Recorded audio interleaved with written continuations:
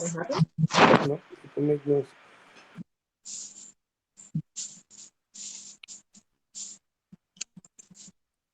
I'm muting myself.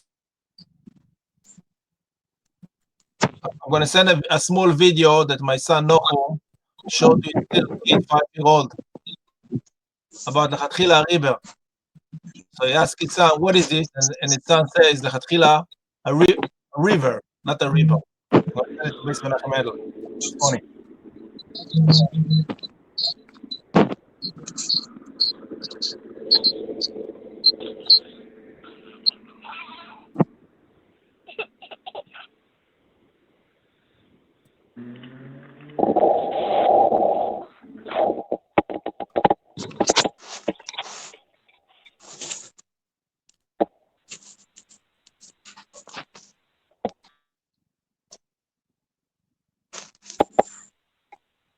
What's going on here? Chaim, what is this man doing? Is it Lechatchila a river? No, it's Lechatchila a river. Oh, Lechatchila a river. You like it?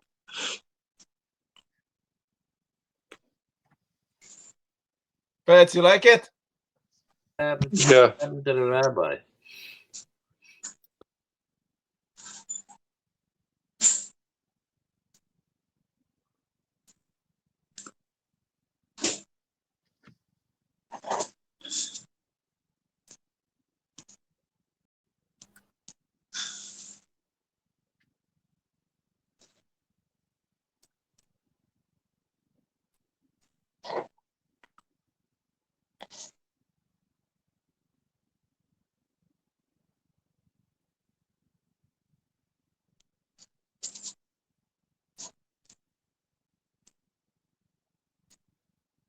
You like the taxi driver that they sent? The Lubavitcher taxi driver, the Uber? Yeah. It's nice, no? Yeah.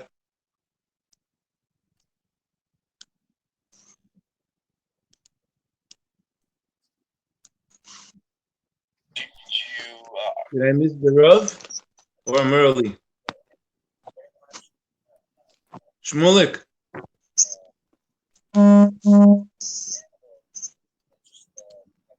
Shmulik. Yes? Did I miss the Rav? Or I'm Not early? yet. We didn't start yet. Okay, Baruch Hashem. Yeah, you could call me when it's good for you, and I'll pick it up in your heart. No problem.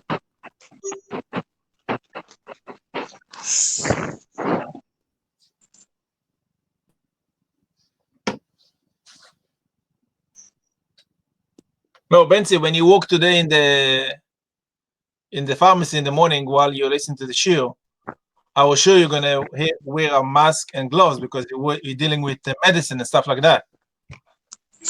No, the thing is that I work in the back over there. Right. And nobody can get close to me.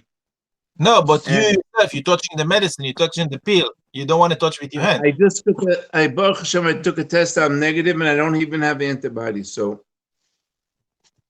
I've been watching myself very carefully. So has Hashem. Mm-hmm. Baruch Hashem, Baruch Hashem. No, I thought it's like is a must. You know, a pharmacy must have a gloves all the time. If I was doing a mixing compounds, for sure I would do that. Uh-huh. But once most of the stuff I was doing billing also, so it's billing and you're touching close bottles, not actually the pills. You know what I'm saying? Billing. I'm talking about working on the computer. Right. No, but I'm saying when I go to the pharmacy in Avenue J over there, the J drugs, and I see the people in the back, they take the pills and put it like in a little scale and put in a bottle like few or whatever. So they all wear gloves and masks. I'm very happy for them. No, it's like a small. I keep on washing my hands all the time. It's a 2x2, and they have like 10 people working there, but each one on top of the other. Yeah, so I'm the only one working in the back over there, Baruch Hashem, when I'm on duty, and I keep on washing my hands. Kol hakavod. No, I'm not criticizing you. I just wanted to know how things work. No, I hear what you're saying. You're correct in asking. You're correct Tomorrow in asking. tomorrow morning I'm going to open the cleaner for a few hours. I want to stop. Oh yeah, I could bring stuff over. Bezrat Hashem, yeah. From when to when? I'm going to put gloves and put mask, and that's it. It will be ready in 2 days. From when to when will you be open tomorrow? I'll probably open from 9 o'clock to 2 o'clock. Okay. And every day? I'll start. Let's see how things go. I can come on Thursday to pick. If I drop off tomorrow, I can come on Thursday to pick it up. Bezrat Hashem, yes. Oh, excellent. Alex, what you smoking? I'm smoking recreational drugs. It's I'm doing a cigarette. It's a cigarette. it's stuff that make you relax. No, it's just cigarettes. Oh, With that, cigarettes, relax. if you're outside of the house and you with a cigarette, you already relax. Exactly. I have Rahmanis and you staying in an apartment with 2 bedrooms with 2 kids, non-stop, 24 hours. You could go No, out. we're good. We're good. We're good. I was just sending you a WhatsApp message in response. I was saying that I'm social distancing with my parents. We've all been seeing each other for the last 2 months, but we just drive. Like they pick me up or I drive to them, and it's so the kids have a lot of space that way. Rabbi is here. Okay. Dear friends, how are you doing? Hi, Rabbi. How are you? Baruch Hashem, Chazdei Hashem. How are you, Alex? How are you? Everybody going on mute. Hey, Rabbi, how are you? Baruch Hashem, good, good. Take a couple puffs for me. You got it. You got it. Okay, thank you. Filtered or non-filtered? Non-filtered Lucky Strikes. Shkoyach Shimshon for joining. Bencha, good Abend. Shmulik, Yeshikoyach. Okay, so today I'd like to do a short and a sweet Sicha from the Rebbe. It seems to be something from 3 weeks ago from Pashas Metzora, but it really is connecting Metzora, Tazria, Metzora, Achramais, Kedoshim, and Emor. There is a story in the Medrash that, to me as a child, this was such a compelling story. There was a booklet, Koi Oso Chachamenu. I mean, to me, I was a kid, I read the story so many times, over and over and over and over. So there was a young man who bought a field, and there was a lot of rocks in the field. So what do? You got to get rid of the rocks. He can't plant. So he takes the rocks and starts tossing them over the gate onto the road. And an old man is walking on the road, and he slips on one of the rocks, and he falls and he hurts himself. And he looks over at the young man throwing the rocks. He says, "Young man, what are you doing? What are you doing? You're throwing rocks from a property that does not belong to you to a property that belongs to you." And the young man says, what kind of foolish words are these? I'm throwing it out of my property to the public property. Let them worry about it. Let the sanitation department take care of it. The Medrash says that with time, the owner of the field became poor.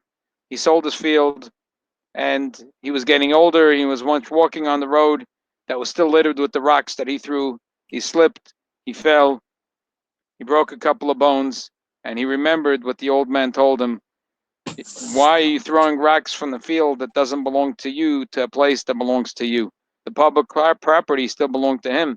The field didn't belong to him anymore. But the rocks that he threw was still there, and he slipped and he fell in his own rocks.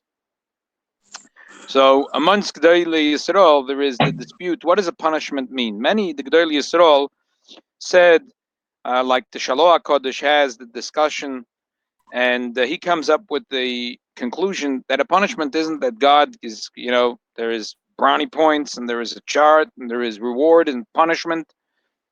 It's a direct consequence of what you do. Like the Navi Yirmiyahu says, a person creates the atmosphere he lives in. If he creates a healthy atmosphere, he's, taking in a healthy lung of oxygen. If he's creating a toxic atmosphere, that's what he's breathing and that's what he's taking in. It's the environment that you create, that's what you live in. So the punishment is not a separate thing. It's not superimposed. It's not coming from somewhere else. And the same thing with reward.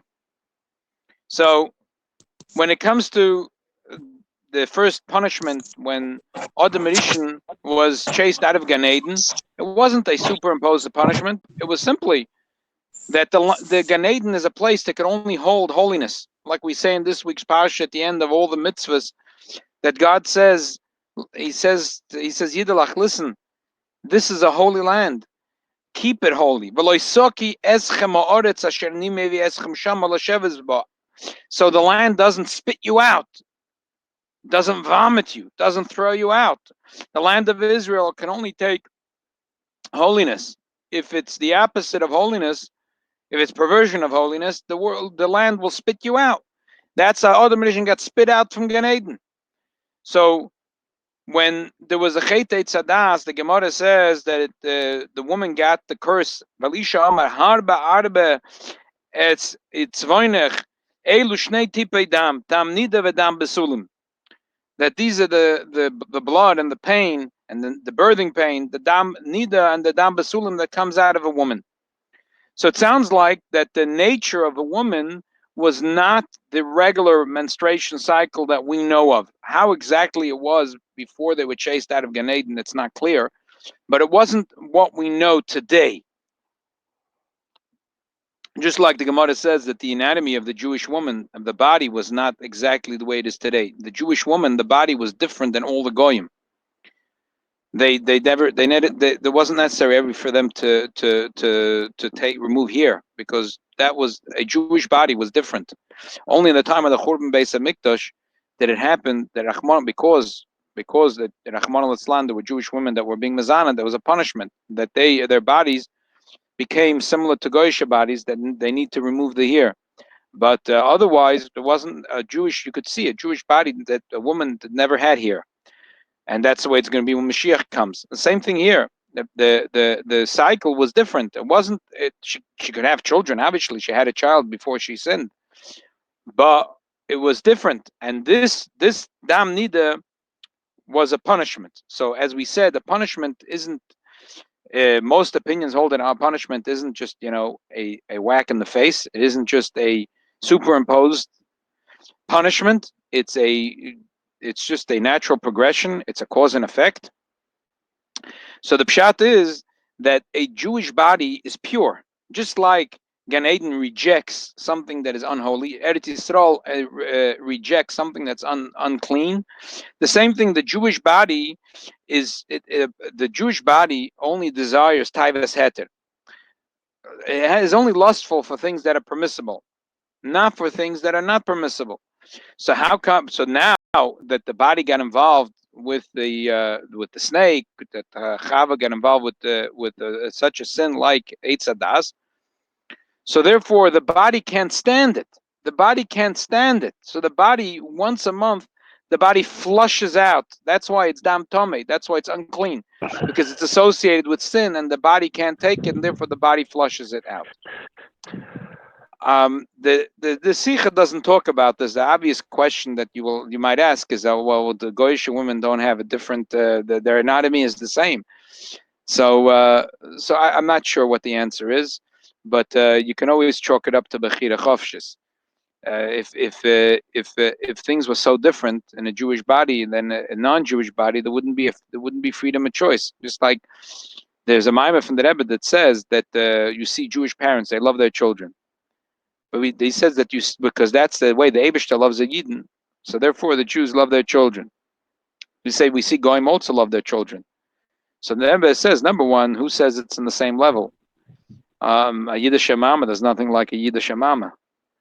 And the second thing is, there would be no Bechira Chovshis. If every Goy kicked his kid out of the house when they were 7 years old, like an animal kicks out the cubs, so there wouldn't be any Bechira Chovshis. Everyone would line up at the Bezdin to be Megayer.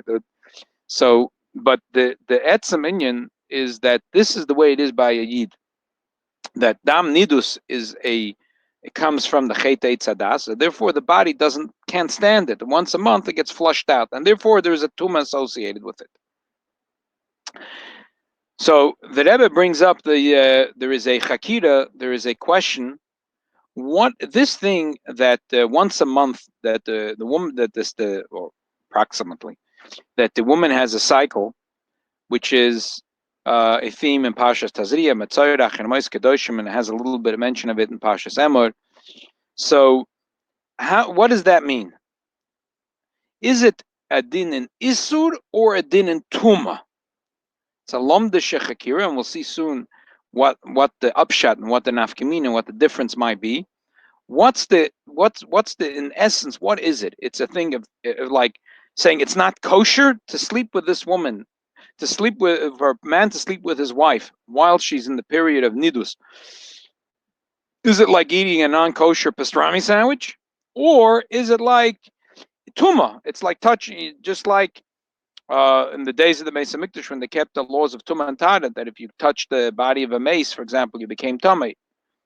So what is it? What is it? Idea of tuma or idea of isur? And what might be the difference? Or there could be several differences. So I made a copy and I sent you a copy of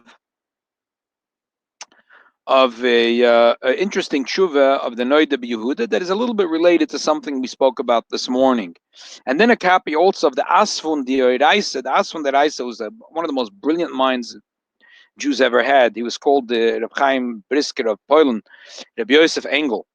So never mind that the Rabbi Yehuda Landau, the Noida Yehuda, was also considered one of the brightest ever, and they both deal with this question in different angles. So the Noida Yehuda is an interesting question. A guy came to the Rav one day. He says last night his wife is pregnant, and he heard the baby crying. He heard the baby crying. When his wife got up in the morning, he said, "Honey, do you hear the baby cry?" She, I don't know. I just slept really good. I have no idea what baby. I'm pregnant. The baby's still in my stomach. He said, "But I heard the baby cry."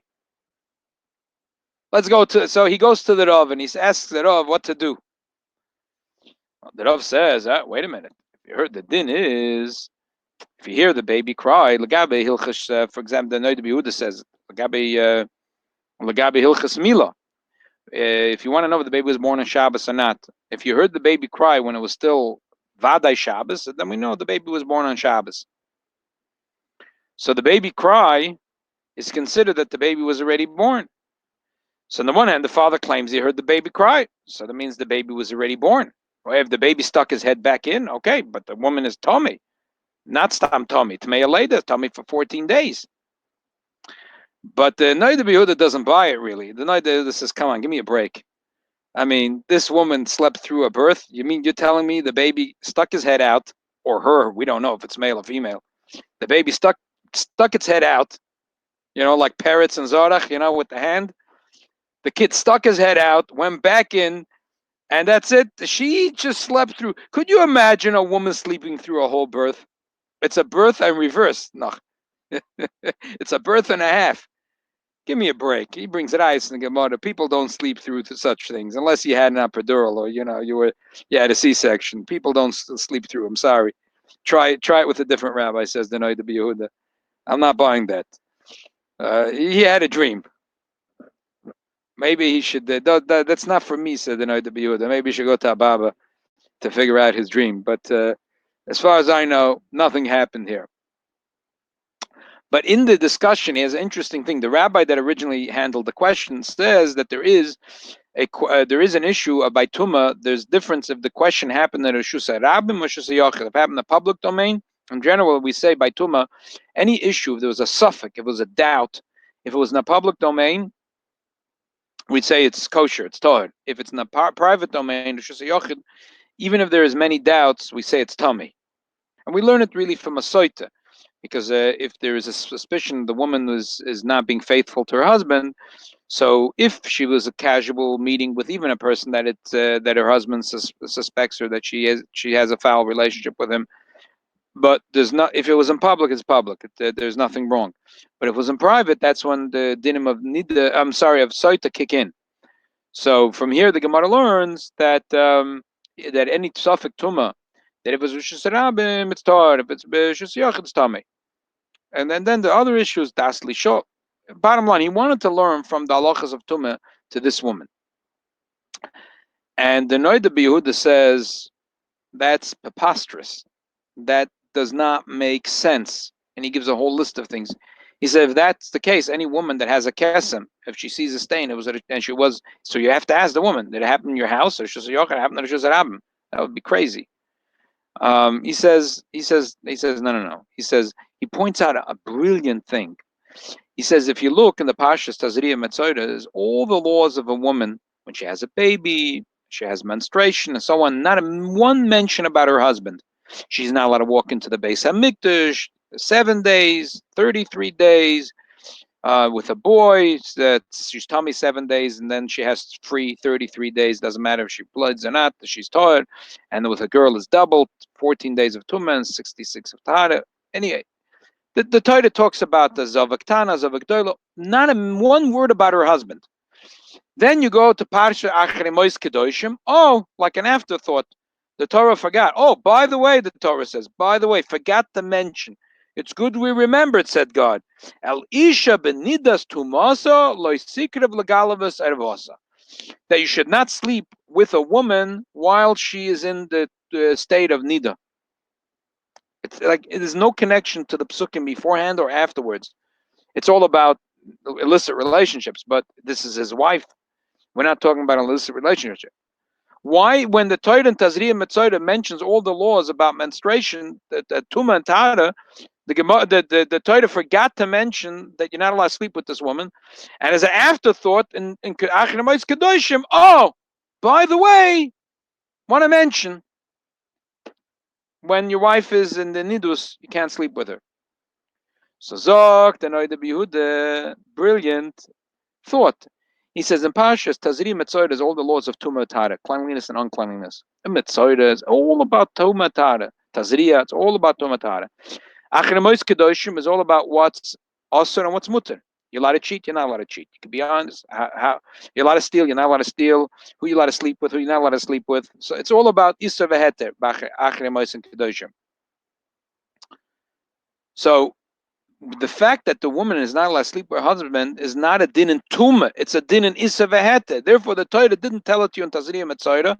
Tazria Metzora is all about tumah. The Torah waited to tell you this din till we got to Achrei Mois Kedoshim. Over there, we're talking about the dinim of isur. The fact she can't sleep with her husband has nothing to do with tumah. She can't walk into the Beis Hamikdash at that time of her cycle because of tumah. But she can't sleep with her husband is a separate issue. It's nothing to do with tumah. It's to do with isur. And then there is also the asfun de Raisa. So therefore he said, therefore don't bring me to the Shusarabim or Shusayochid. It doesn't matter, Shusarabim, Shusayochid. It's nothing to do with the laws of Tumah don't apply here. Don't tell me it's a difference if there was a suffix that if it was in public domain or private domain. It makes no difference, said Noida Bihuda. And the same thing, there is a similar, there's a chapter in Asfun de Raisa, if you got the copies, where he brings a raya. Again, which is that's a Tosfos. The Tosfos says that we say that there is by Tumah there's a difference if the suffix is a Rishus HaYochid or Rishus HaRabim, public or private domain. So why doesn't that apply by a woman? So Tosfos says because what does it have to do with a woman? The woman is about it's isur with her and her husband. There's nothing to do with who cares if Rishus HaRabim, Rishus HaYochid, public, private. It's not a din in Tumah, it's a din in isur. So we see clearly in Tosfos, these are the words of Tosfos. We're talking about the isur of her with her husband. She's not allowed to sleep with her husband. It's not the crux of the foundation of the isur. Why is she forbidden to be with her husband is not tumah but isur. That's pretty clear in Tosfos, and he brings it to Shef Shmait says so. Look at the second page. There's two fascinating rayas he brings. One from the Gra and one from the Kuzari. So the Kuzari is Omar Achaver Tumah v'kedusha beizin yonim zeh keneged zeh lo yimotza echad ela b'motza sheni. Kedusha and Tumah are the two sides of one coin. You can't have defilement if you don't have holiness. You can't have holiness if you can't have defilement. It's two sides of one. It's interesting thought. Lo yimotza echad ela b'motza sheni. You can't have one without the other. You can't say I'm holy, can never be defiled.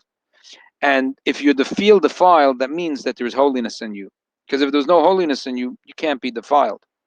Mokim she'en kedusha, ein tumah. If there's no holiness, you can't be defiled. כעניין הטומאה איננו כמדובר שאוסר על בעליו לנגוע מדבר מדבר הקדושה משהו מקודש ללקים כמו הכהנים האוכלים על בשם והתרומה הקרבנות בבית המקדש. If you're a kohen, for example, or this is the Beis Hamikdash, you can't have tumah. But Zulu Zahar b'vachinja kedusha davar she'asar al ba'alav l'ngoyim b'dvarim rabim yudum afurim b'reibem shemtluim b'mayim b'dashchina. These things are when there's the Shechina is present in my life, then I can have holiness. I could also have defilement, and they're both the two sides of the same coin. And these are the all. He says these were primarily halachas that when God was revealed among the Jews, that we kept the laws of Tumah V'Tana in the days of the Beis Hamikdash, and today we don't keep them because we don't have that level of Hashras Hashchina. Therefore, we can't have the defilement either. So if we can't have that holiness, we can't have that defilement. If God is not resting in a strong way, like in the Beis Hamikdash, we also can't have Tumah. Then he says, the fact, see, he's trying to explain the Jewish religion and rationalize it to the king of the Kuzari, the Yehuda Halevi here. So he says, the fact that today Jews still keep the law of not sleeping with the wife when she's anida, there's nothing to do with tumah. This was a separate mitzvah from the Almighty. So you see clearly, he says that this mitzvah of not sleeping with your wife when she's anida has nothing to do with tumah v'tara. Therefore, even in days of the Beis Hamikdash, that was a separate thing. Look at the bottom of that column. He also brings that ayah from the Gra. I know it besefer aderis eliyola Gra pasha shoiftim alakosov. It says kipolam chadavar lamishpat being dumb ledum when you'll have a question in judgment and you can't discern between blood and blood. Bein din ledin, one judgment and the other judgment. Nega lenega, between one leprosy and the other leprosy. What's this expression? You have a doubt between the blood and the blood, the judgment and the judgment, the leprosy and the leprosy. So he writes the Gra like this: there's 6 parts. There's blood and blood, there's judgment and judgment, and there's leprosy and leprosy. What is it? Tor v'tamei, things that are blood, that's tor and tamei. There's osir and muter, things that are forbidden to eat and permissible to meet, forbidden to touch, permissible to touch, and so on. Chaya v'zakai. He loses the din Torah, he loses the judgment, or he wins the judgment. He keeps the money, he loses the money. That's basically the 6 things in the Torah. The blood and the what's the blood and the blood? The blood that's asur and the blood it's mutter, not tumantara. The blood, it's some blood that a woman has, he brings it to the rabbi. The rabbi looks, he says, mutter. The other one, he says it's red. Right, like we had this someone, one of the Kol Yom Rishon, he said that there was a Rav that whenever they brought him a shayla, he said, no, it's not red, it's not red. The once his driver was driving him somewhere, he said, why'd you stop? He says, the red. No, it's not red, it's not red. You can keep on going. I don't see any red. So that's what the Gemara says, that David HaMelech was toiling k'dei latayir isha labaylo. So dam ladam, the expression is isur and muter, not tumantara. Din ladim, one judgment, and the other judgment is chayav v'zakai, is bezdin. You get to keep the money or you lose the money. You got to play your employer, and you don't have to play your employer. You got to play your landlord. You don't. It's Corona. It's Makas Medina. It's not Makas Medina. You got to pay tuition. You go have to pay tuition. You pay your camp. You don't. You put your down payment. Who's muchzik? Who says kimli? That's the second. And nega is tamal tara. Mevur, we see clearly from the Gra that dam nida v'zidve ha'is isha labayla he besug isur v'loy besug tuma. Hainu behechrich, that teaches me mishum da isur labal eina me pas tuma rak isur gereidahu. Okay.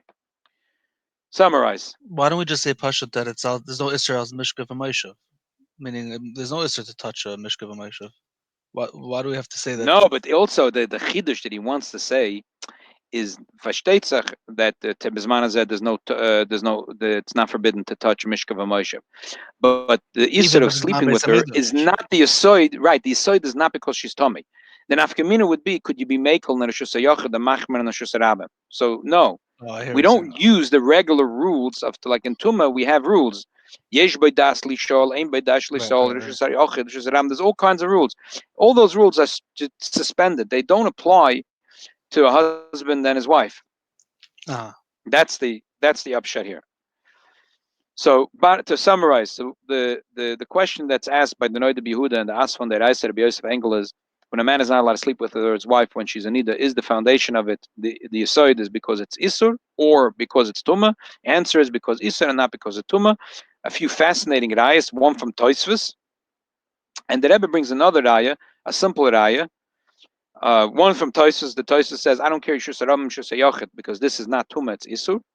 Number two is because it says v'safrala, the woman counts her own calendar, and the Torah says from here we learn, and the husband could trust her. From here we learn that eid echad neman b'yisurin, and the klal is that tuma mi iser lo yalfin, and you don't. These are two parts in the Torah. You can't learn one from the other. The fact that we learn that eid echad neman b'yisurin, one witness is trusted not for money but for isur, that's proof that this issue of a woman and her husband is in the category of isur. That's the two proofs. Then there is that brilliant thought that the Noida Yehuda has, how the Parshas, how it's in Tazriya, Metzora is Tuma, and Acher Mois Kadoshim is Isur. And then we have this interesting discussion of the Kuzari and the Gra. Okay, so now the Rebbe wants to, it's just such a, as just in the Rebbe's world, everything we learn in Torah has to have a lesson of Avodas Hashem. Otherwise, you're not learning it correctly. What's the lesson that I could take out of this question in Avodas Hashem? So the Rebbe says, simple. Husband and wife is the Eibishter and Knesset Yisrael. And especially the days that we're counting between Pesach and Shavuos, the Zohar says is like the Nida that's counting 7 clean days. That's why we count 7 times 7 to purify ourselves. We are the woman and the Eibishter is the husband that we're getting married on Chag HaShavuos. Every sin creates Nidus, which we have to reject and we have to purify ourselves. So the question is, when a Yid gets defiled by a sin, what is it? Is it Isur or Tuma? We say it's not. The relationship that between us and God, if we get defiled, it's only Isur. It's not Tuma. As we say clearly in this week's Parsha, that the Eibishter, even it doesn't, the Tuma does not stand between a Jew and God. The union between Jew and God cannot be ruined, cannot be held back by Tuma, only by Isur. Why can't we say simple? Why can't we say simple? A Isha Nido, she only Isur to her husband. A Nido could touch different men and she not have any Isur, or a different lady, whoever it is. The only Isur is if she touched her husband, that's it. While she is Nido. No, that's Isur to other men also. No, when she's Nido, she could touch another lady or another man. She doesn't. No.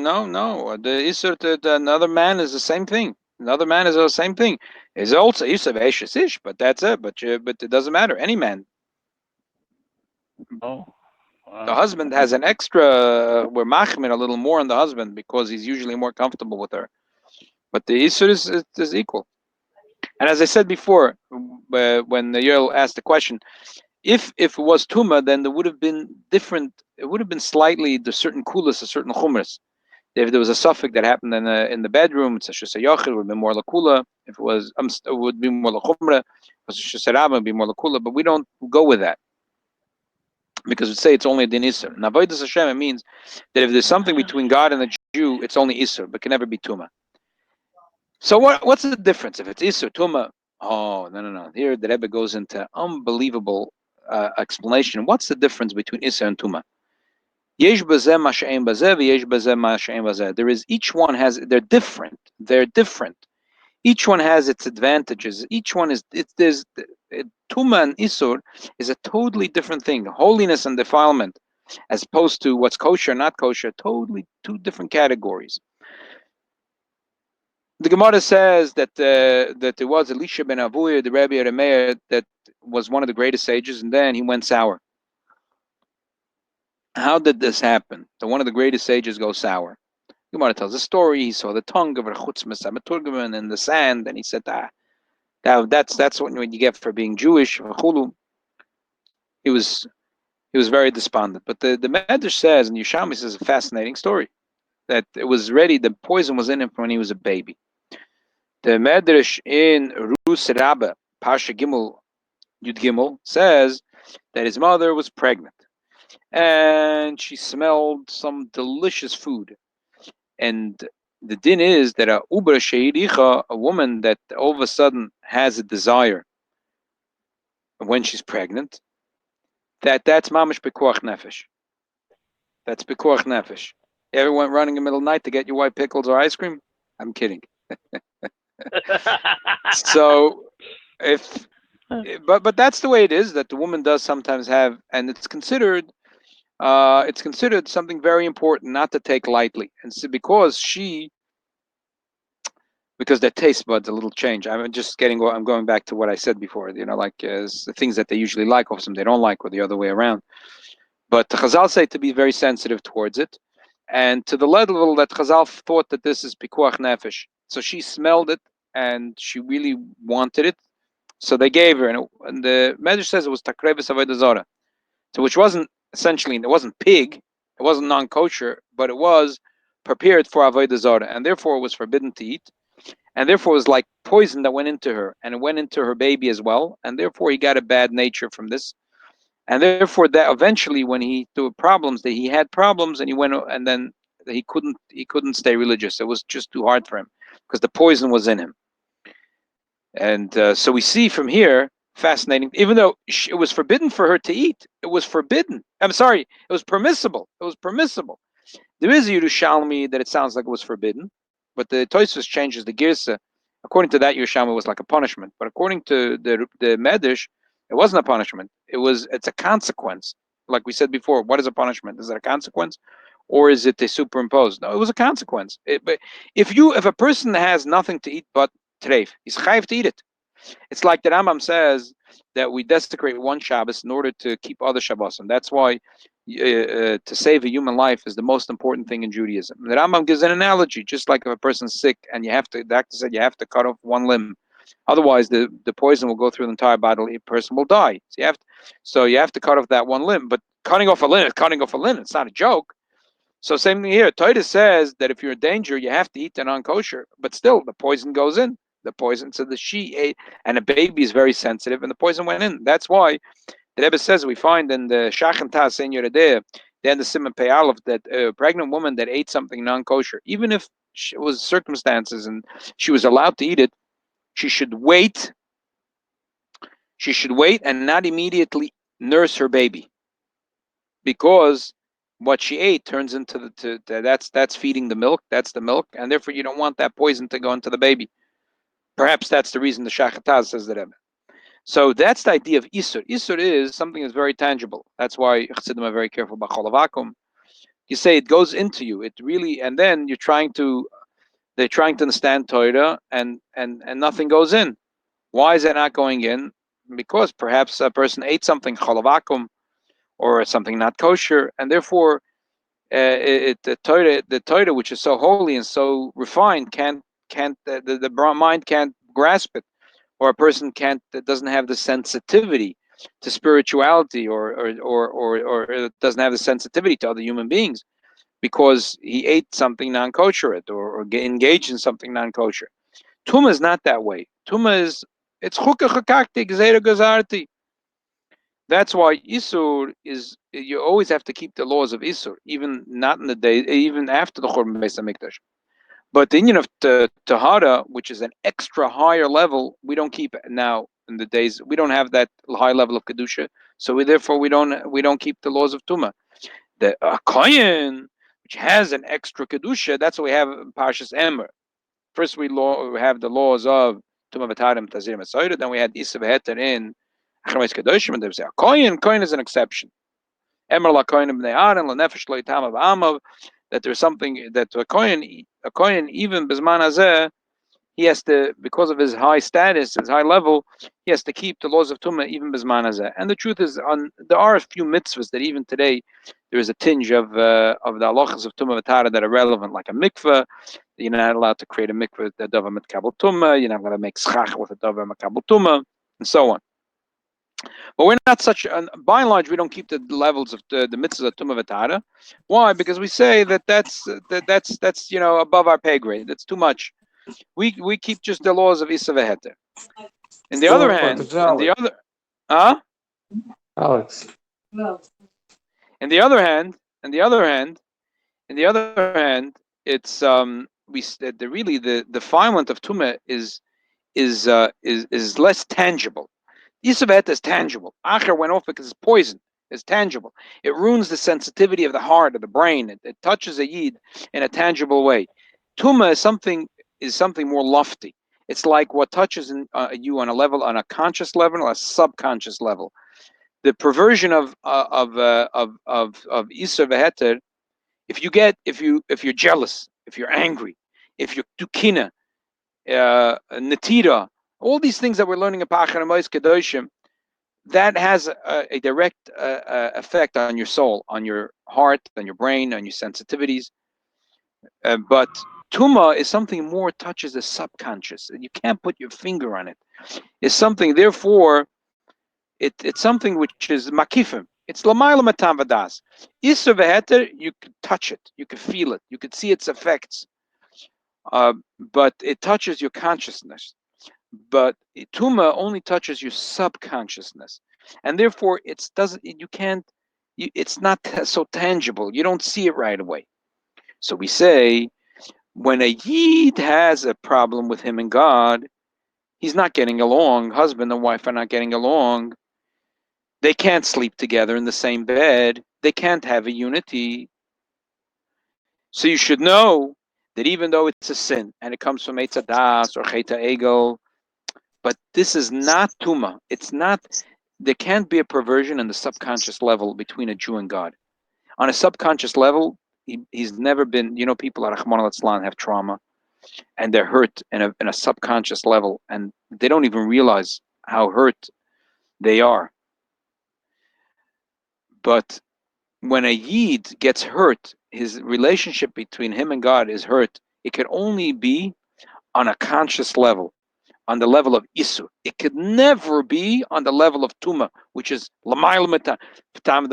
higher than the conscious level, a subconscious. On the subconscious level, a Jew is always tight with God. He's always tight. Chavuka udevuka bach. A Jew is always tight with God. Doesn't matter. I was talking to someone the other day. He said, Rabbi, I was kicked out of 10 yeshivas. Could you believe it? He says, 10 yeshivas. I had a lot of trauma in my life. But you know what? I'm tight with God. I mean, these were his words. I said, wow. He didn't look very religious on the outside, but he tells me I'm tight with God. I'm tight with God, but that's the truth.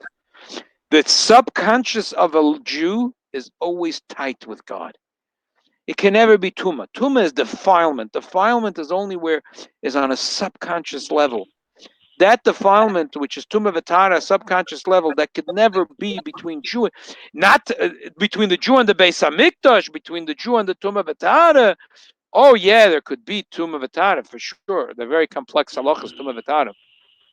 Someone who's Tumah is not allowed to go into the Beis Hamikdash. Terrible consequence if he does, because you can't go into the Beis Hamikdash.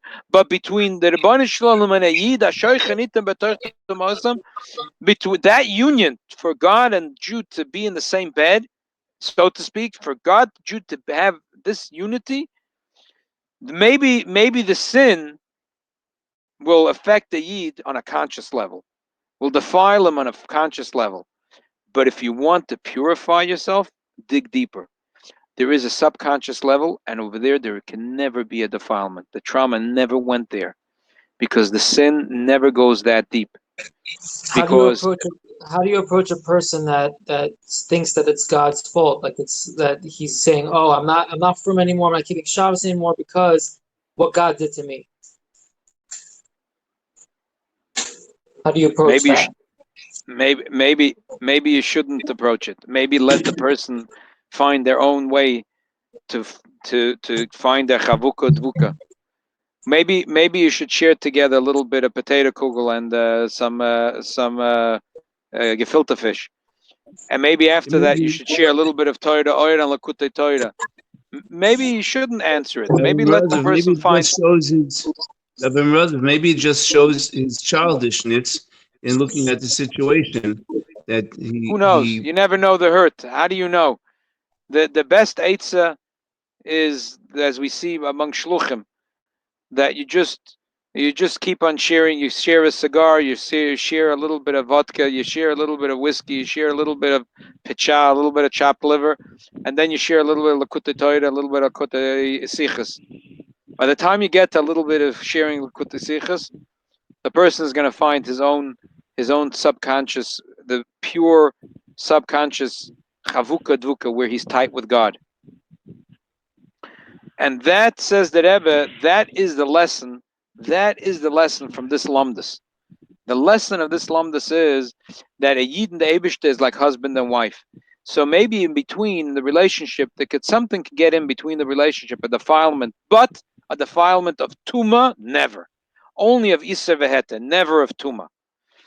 And not only that, the Rebbe goes into the two rayas. I mean, we said that there were two basic rayas. One is the Tosfos. Tosfos says, why is it that by tuma we say it depends on Shus HaRochid or Shus HaRabim, Shus HaYochid, we're stringent, and Shus HaRabim is a public domain, we're more lenient. But by nida we don't say that. He says because nida is a different thing. Nida is isur. It's nothing to do with tuma. So the Rebbe says like this: a Jew is never in a Shus HaRabim. A Jew is never in a public domain. A Jew is always in the Eibishter's domain, and the domain of Yechida Shaloilam. However, it could be that a Jew sinned. It could be a Jew sinned. Yes, that's definitely true. But Chazal say, "Ein Adam oiver aveda Elohim kain nichnas boy ruach shtus." A Jew never sins unless a spirit of folly came into him. It means it's something from the outside. It's something from the outside that came in and took over my mind, that took over my heart, it possessed my hands and my legs, but never my essence, never my subconsciousness. And therefore, therefore, the din is like this: that by isa veheta there's a kula. We say sveika lekula. Minatoides, there's a whole pilpul. If we say sveika deraisa lechumra, but some say that that's only derabbanan. But minatoides sveika deraisa is lekula, and even those that hold that sveika deraisa mideraisa lechumra, but sveika is lekula. But we don't say that by tuma. Why? Because tuma is a very deep thing. Oh, there's a question of tuma. Something's wrong. If it's in the subconscious, and if you don't know, it means it's even worse to expunge. It's even harder to. It might be deeper, and the wound is. If you don't know what it is, it's worse. That's in tuma. But in isur veheter, in a level of isur, on the conscious level, so we say no. If it's vadai that he did that there is tumas nida, he can't be with God until he's at shiva nakim and he cleanses himself. But if it's suffik or suffik sveika, lakula, it's lakula. They said by tuma we say that in the contrary, when there's a suffix, it's worse. Like Rabbi Yochanan said, that when a person has a question if he did a sin, it's 48 times worse. That's why Oshem is 48 times more expensive than a chatos. But that's in a level of Tumah V'Tara. And that's a level between a Yid and Truma, and a Yid and the Beis HaMikdash. But the Yid and the Eibishter himself, they're tight. They're tight. On the deepest level, they're tight. It can only be defilement in Isur. And if it's Isur, only if it's Vada Isur, not if it's Suffolk, Lakula, or at least Svek is Lakula. And then there's the second proof. What was the second proof? Because the Gemara says that the woman counts. V'safrala. She counts. Similar to Sfidas Omer. We spoke about this in the winter. We had the shurim about the similarity of Sfidas Omer to the counting of the Shiva Nakim of a woman before she can go to the mikveh. So it says V'safra Allah, she has to count on her own. The husband doesn't have to. A husband trusts his wife, but usually they have to have two witnesses. So we from here learn that for money things you need two witnesses, but for Yisurim, Eidach and them Bisurim. So the Rebbe says that also from this ayah we could take a lesson of Avodas Hashem. When two witnesses come to Bezdin, it's not that we trust the witnesses per se. That's the way that Rambam says. That's the way that God said. It's just like when a prophet comes. Were you there when he got the prophecy from God? No. But God said that if a person that you know, and you tested him, and you know that he is worthy to be a prophet, and he comes and he says in God's name, you have to listen to him. When two witnesses come to Bez and says that Rambam, you have to listen to them. And there's special rules. It's a certain, it's not that we believe them per se, but the Torah said we have to settle issues, monetary things, so that two kosher Yidden will say witnesses. And once they say witness, they can't even come and contradict themselves. But Eid Echad, you're believing the person. You're believing the person what he's saying. When it comes to the relationship of a Jew and God, we don't need the Bezdin Shalmaila, Bezdin Shalmata. They could be very judgmental about a Jew. We don't care what the Bezdin says. We don't need a Maisa Bezdin. We believe a Yid. When a Yid gives a krechts mit an emes, and he says that I feel terrible, I'm not in a good place. We trust him that he wants to do tshuva. And that expunges immediately the Isur that's in him. Tumah, that could never be. For Tumah, you need to aid him, but Tumah, that could never be. But there's Isur. Isur, you don't need to aid him. Eid Echad and Bisurim. You trust him. You trust him. He says, he gives a krechts.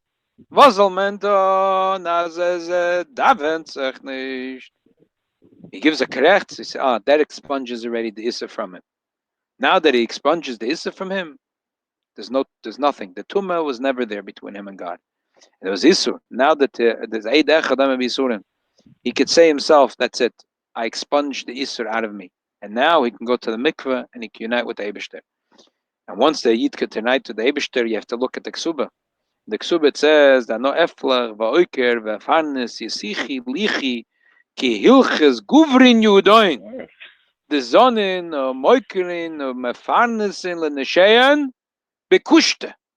What does it mean bekushta? The zonin, they feed. Mefarnesin, they sustain. Lenesheyan, to their wives, bekushta, with truth. What does it mean with truth? So the Mefarshim say that a person could provide for his wife, but he's stingy. He's stingy. He provides, she can't complain. The bills are paid, but he's stingy. But the Hilchos Guvrin Yudaim, how do Jewish men treat their wives? They give them the zonin, the mefarnes, the mefarnesen, v'yihivnelechi. What? Bekushta. With a breite hand. They just want to make their wives happy. They don't care. They don't care. They're not penny pinching with their wives. That's the way the Eibishter has to treat the Yidden. To give them she'er, ksuz, v'yoyne, bonne, chaye, mezoyne, reviche, kehilches guvrin yudoin, the zonin, the mefarnesin, the nesheim bekushta. That's the first thing. And then the second thing in the ksuv, that he lives with his wife, that he lives with his wife with absolute unity. And that's the next step that we need. That should already be the geula. Atamat veikim b'Hashem Elokeichem. The Yid and the Eibush to have the absolute unity. Yisrael v'kuchabricha kul achad. We should be zoichetake. That we should realize that tumah between us and the Eibush doesn't start, because in our subconscious it's pure, and there's there never could be chas v'shalom defilement there. And then when we realize that, then we deal with the Isur part. And we expunge it quickly, because Ayid gives a krechts, and we believe him. He doesn't need to aid him. It's not like Tumah, you need to aid him. And then we're ready to go to the mikveh and to prave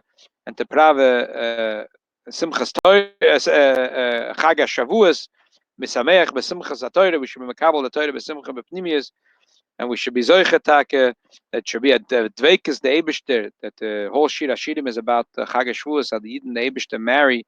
That we should take a bizoicha, that this year b'Chag HaShavuos we should already bizoicha to gula mitzvah hashlema al yedei Mashiach tzedkeinu.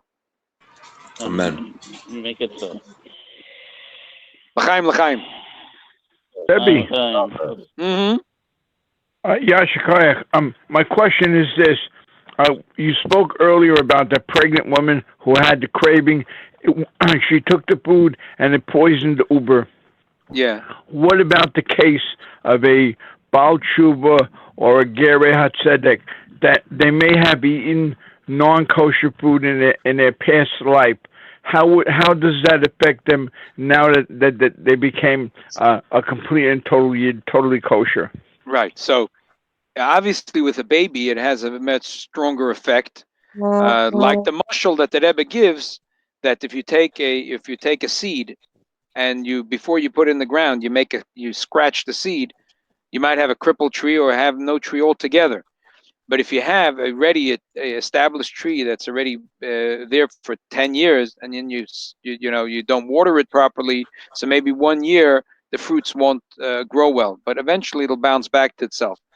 So the same thing here. Yes, there is a defilement. There is a isur that goes in, but a person does tshuva, and that tshuva expunges whatever poison came into the yid. That tshuva expunges it.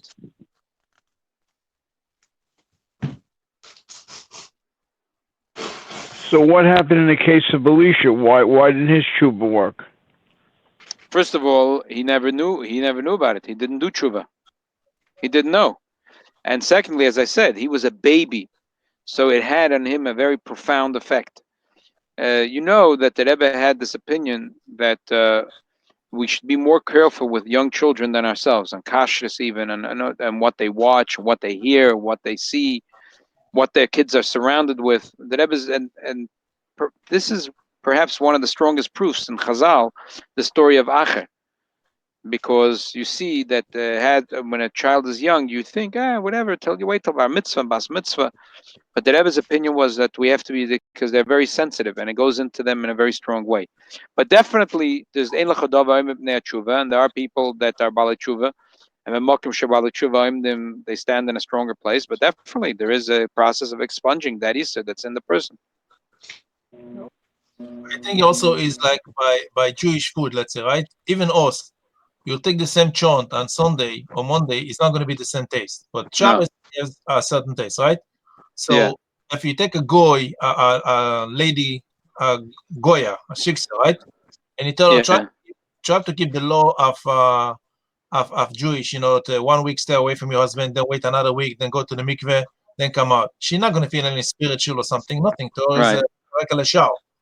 But It probably wouldn't work anyway, because these laws can't be man-made. They have to be from the Rabbanan Shalom. But he's right.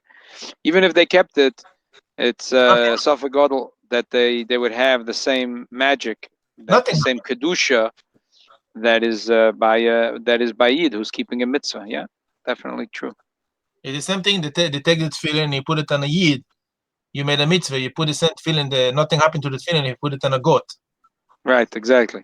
The goat change, the tefillin did not change, but you put it on the Yid, something changed.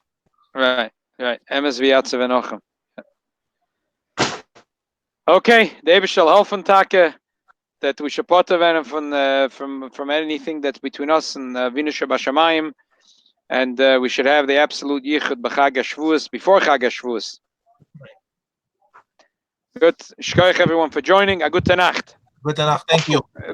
Mitzvah Shem on Tuesday, I'm going to send out. I'll give, as usual, a big yesher koyach to Rabbi Yoel, and I have a simcha coming up at Mitzvah Shem on Tuesday at Pidyon HaBen. So at Mitzvah Shem, I'll pass on the information if anyone wants to join us at Pidyon HaBen. I think it's gonna be yeah, thank you. On Tuesday, 4:00, I think. Rabbi, is there an update about like what's the status when shuls are going to open? Like, is there anything new intel? Nope. I have no idea. I think today the thing came out that the schools will be closed to the end of the year. That's been the case for about a couple of weeks already. Oh yeah, but my kids, I got wind of it today. They were really dancing around. They were really happy about it. I can't say I share the same enthusiasm. The problem is you and I both. The problem is the camps. Well, it's going to be like day camps and summer camps. That'll be a calamity. Somebody said me on WhatsApp. It says, "Oh, be careful. There's a scam going on." What's the scam going on? There's a sign. It says, "Car for kids." He said, "I went to this place. I want to give my kid. They didn't want it."